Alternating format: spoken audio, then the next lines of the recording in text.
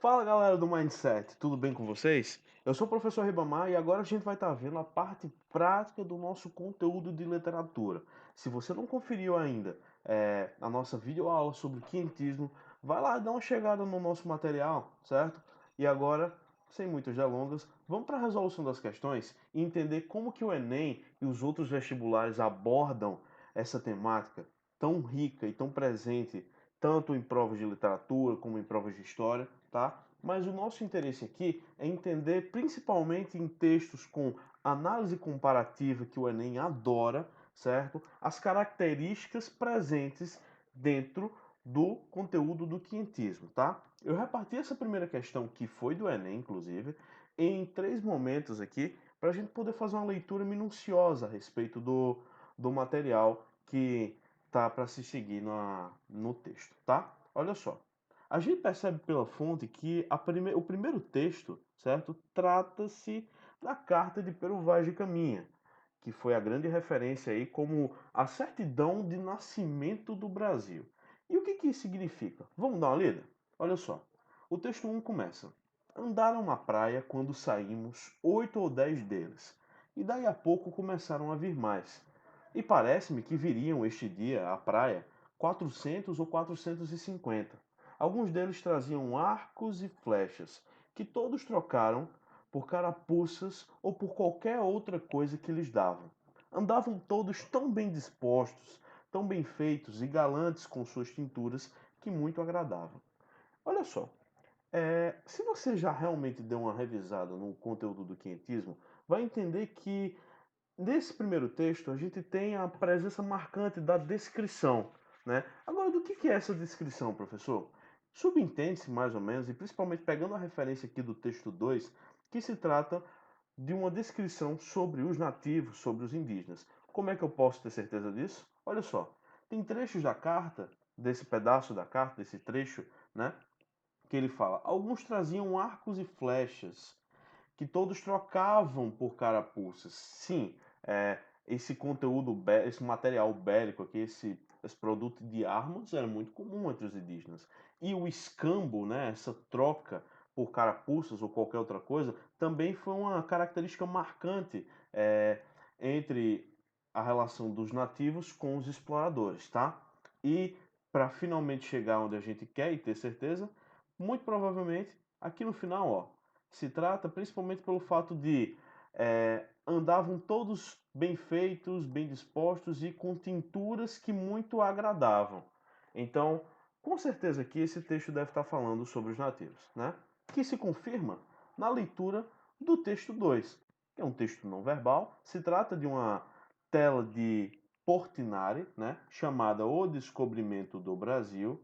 E como é que a gente identifica que elas estão se tratando de um mesmo momento histórico, né? A presença aqui, ó, no canto superior esquerdo de uma nau, de uma caravela, de uma embarcação, e nos demais momentos da pintura temos a presença de lanças e de nativos pintados pelo corpo, né? A nudez também fixa aqui como algo marcante. Tem até um rapazinho que está tentando fechar os olhos, expondo alguma expressão de temor e de agonia, né?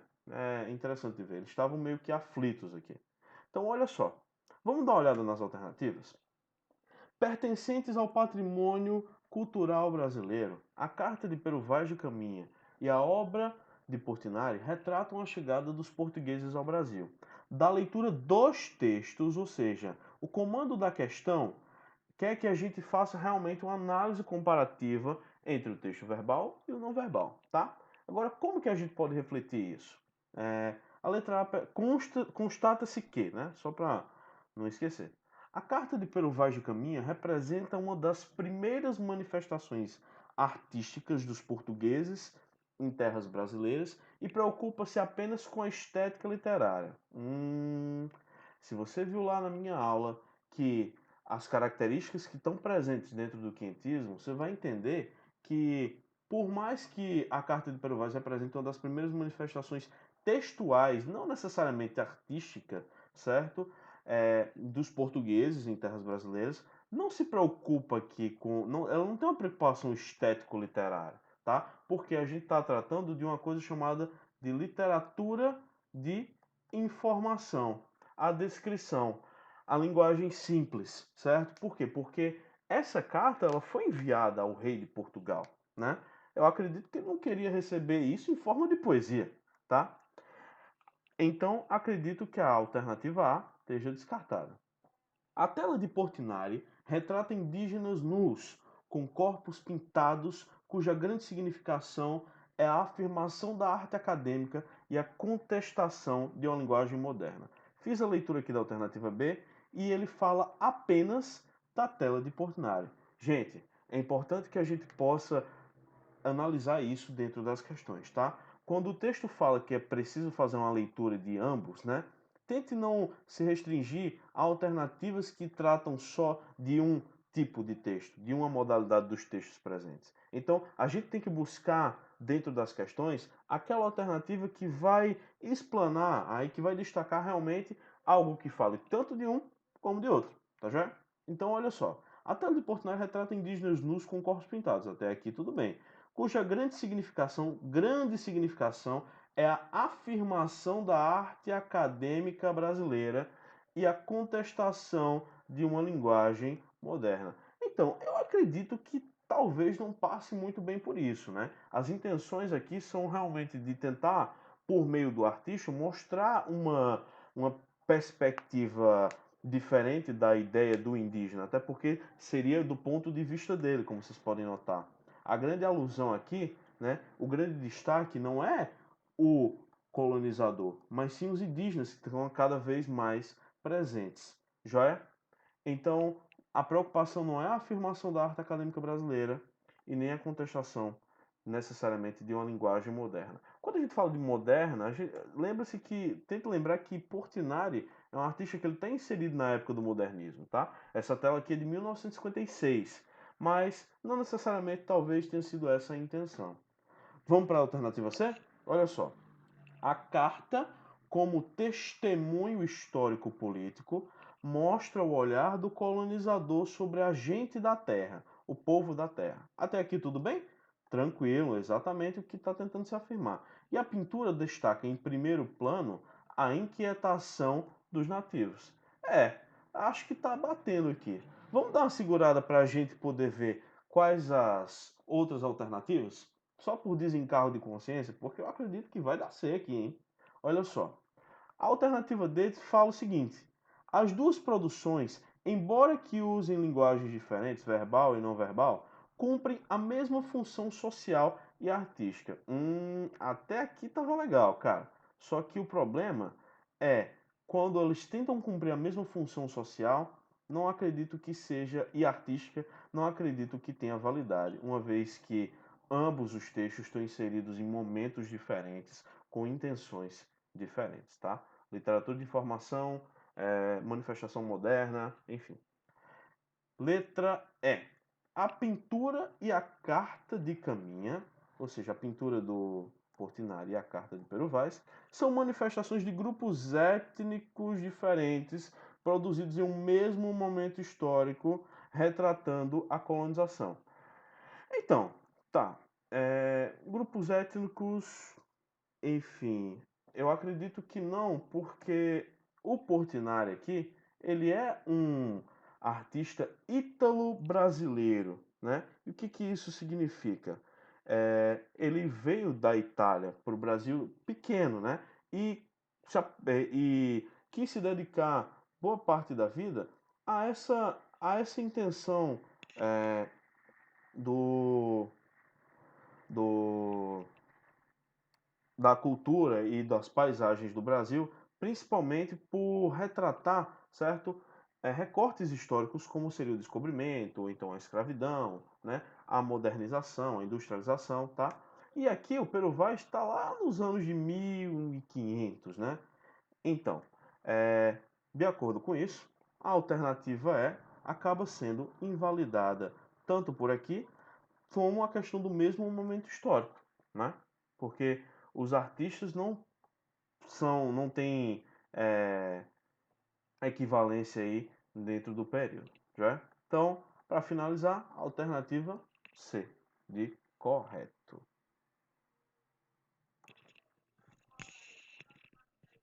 E agora, dando sequência às questões relacionadas ao quinhentismo, vamos ver um exemplo de como seria é, um tipo de questão voltada com um texto da literatura de formação, da literatura de catequese, tá? Olha só, eu tenho aqui uma questão. Eu tenho aqui uma questão é, da Universidade Federal de Viçosa, que traz uma estrofe de um texto do padre José de Anchieta. Esse que foi um missionário jesuíta da época da colonização, ou da época do descobrimento, da colonização do Brasil, tá? E ele, querendo ou não, ele vai fazer também uma descrição de como estariam esses índios, certo? Esses nativos, uma vez que eles sofrem esse processo de, vamos falar aí, de aculturação, né, de pedagogia religiosa, por assim dizer. Então, o que, que o texto fala?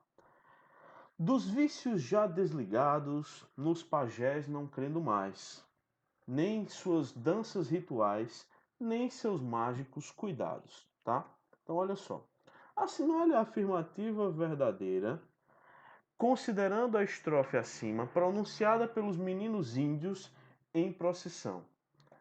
Letra A.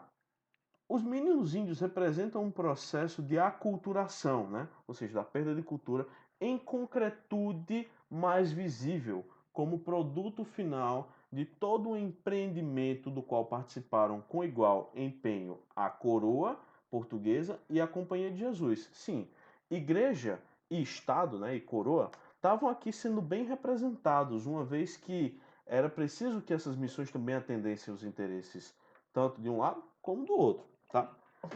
E ficava, querendo ou não, mais prático perceber essa, essa mudança de processo de aculturação pelos textos informativos, né?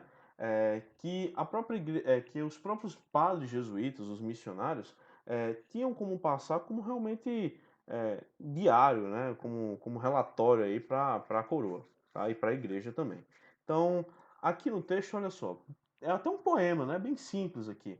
Dos vícios já desligados, nos pajés não crendo mais. Olha, a gente entende até por esse verso aqui que nem suas danças rituais, nem seus mágicos cuidados. A partir desse verso a gente já entende a denúncia que a letra A aqui vai tentar corroborar. Já é? Então olha só. Mas vamos deixar ela aqui guardadinha. Pode ser que esteja certo. Vamos ver se tem uma mais correta ainda em relação ao comando da questão, porque ele pede é, assinar a afirmativa verdadeira pronunciada pelos meninos índios em procissão. A presença dos meninos índios representa uma síntese perfeita e é acabada daquilo que se convencionou a chamar de literatura informativa. Não acredito que se chame de síntese, né? E acabada daquilo que se convencionou chamar de literatura informativa. Lembra que a literatura de informação ela tem, sobretudo, uma modalidade textual como uma descrição, como foi aquela carta de Caminha que a gente leu na questão anterior, tá? Então, eu já desconsideraria aqui, né? Até porque ele quer a afirmativa verdadeira em relacionando os meninos índios com, com o texto aí. Os meninos já estão afirmando os valores de sua própria cultura, ao mencionar as danças rituais e magias praticadas pelos pajés. Não é essa a intenção do texto que a gente leu, tá? Os meninos índios são figuras alegóricas cuja construção como personagens atende a todos os requintes da dramaturgia renascentista.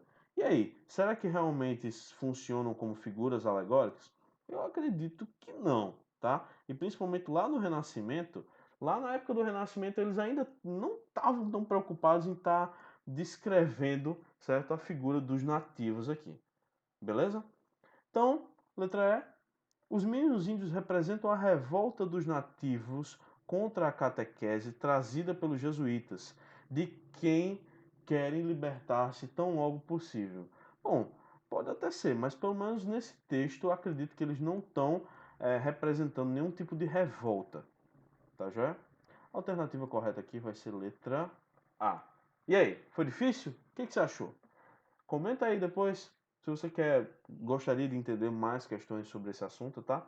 Eu fico aqui à sua disposição. Muito obrigado.